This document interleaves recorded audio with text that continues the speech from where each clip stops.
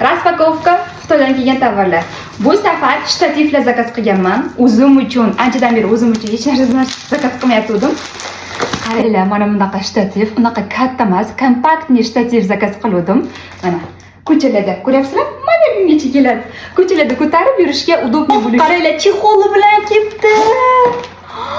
Kompakt. Nima qilasizlar? Ana! Mana bo'yimgacha kelib turibdi. Narsasi pulti. Shunda qo'yib qo'yasizlar-da, oilaviy rasmga tushmoqchi bo'lsanglar, mana rasmga tushirib qo'y deb so'ramaysizlar. Pulchasi bilan o'zingizlar shunday o'tirib rasmga tushasizlar. Vashshe zo'r. Mana bunaqa xullas chiroq zakaz qildim. Mana qaranglar. Ancha ekan, ha? Нормально. Yorug'i ancha yorug' qilar ekan, mana yuzim qaranglar. Mana bunaqa lampa deydimi, nima deydi buni? Mana bunaqa zakaz qildim. Zaryadchiklar. Yasmin opaga mana shunaqa shapchika, panamka. Uch qilish kerak ekanda, ana. Yorug'lik yo'q. Bitta lampa qancha narsani, vazifani bajarib beryapti.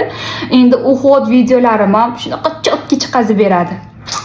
O'ylanmasdan Xitoy kursimga yozilsanglar, mana shunaqa tovarlarni olishni o'rgataman. Raspakovkamiz tugadi, xayr. Kamerada umuman bilinmasdi. Endi bilinyapti, qarang. Yuzim tiniq ekan. Оказывается, faqat chiroq, lampa yetmayapti ekan. Uyga hamma tarafga endi chiroq qo'yibdi.